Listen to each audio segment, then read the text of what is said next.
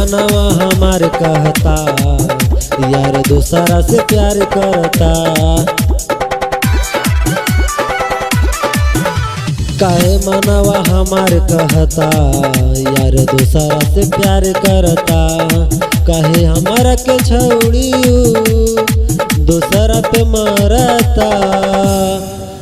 काहे मनवा हमार कहता यार दूसरा से प्यार करता। काहे मनवा हमार करता यार दूसरा से प्यार करता।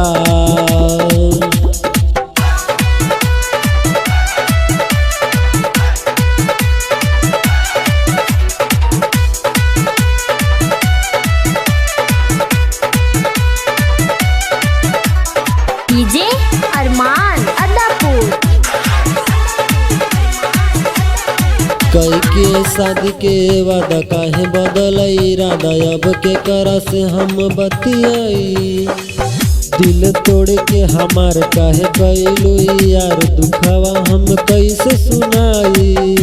कई के शादी के वादा काहे बदल इरादा। अब के करा से हम बतियाई। दिल तोड़ के हमार काहे कैलू यार दुखावा हम कैसे सुनाई।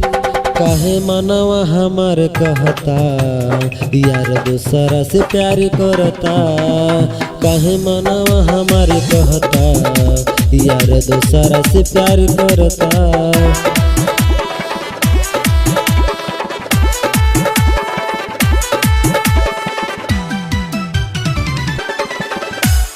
डीजे अरमान, डीजे अरमान, डीजे अरमान, डीजे अरमान।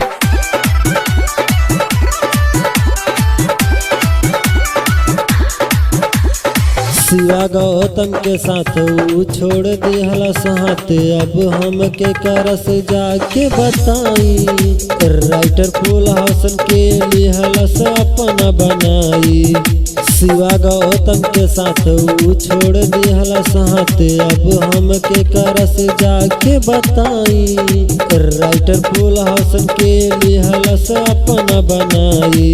काहे मनवा हमार कहता यार दूसरा से प्यार करता। काहे मनवा हमार कहता यार दूसरा से प्यार करता।